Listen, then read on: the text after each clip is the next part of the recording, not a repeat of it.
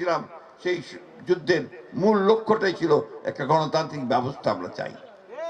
Coin ভাই কতবার vote দিবা পারেন নাই, পাইছিলেন ভোট দিবার? তা আমরা তো ওইটাই চাই। আমরা আমাদের ভোট দিয়ে আমাদের জনপ্রতিনিধি নির্বাচিত করতে চাই, যারা আমাদের কথা পার্লামেন্টে বলবে, সংসদে বলবে, সব জায়গায় বলবে, তাই না? সেই ভোটটা আমরা চাই। ওরা অনেক সময় বলে যে আমরা নাকি ভোট ভোট করতেছি। ভোট ভোট করার কারণ একটাই, যে ভোট না হলে আমার নেতা নির্বাচিত হবে কোত্থেকে? আমার কথাটা বলবে কে? আমার তো প্রতিনিধি চাই, তাই না? সেই জন্যই আমরা নির্বাচনের কথা বলতেছি।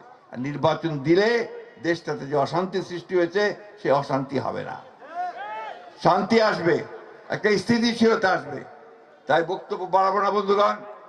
আমি আজকে গতকাল ঠাকুরগাঁতে এসেছি, আজকে সকালে কিন্তু রওনা হয়েছে, এসে বসে আছি আর অভিভূত হয়েছি। তিস্তার পাড়ের হাজার হাজার মানুষ আজকে নিজেরা পুটলিতে চাল বেঁধে ডাল বেঁধে চলে এসেছে, তাই না?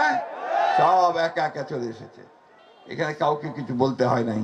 তার নিজের দাবির জন্য দুলু ভাইয়ের ডাক শুনে আজকে সবাই এসেছে।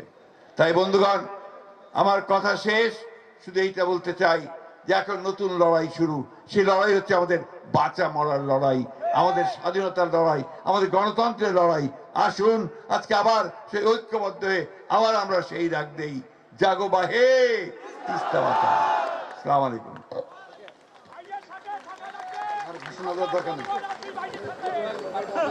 জাগো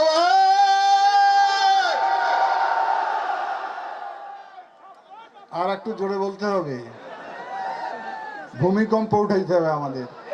জাগো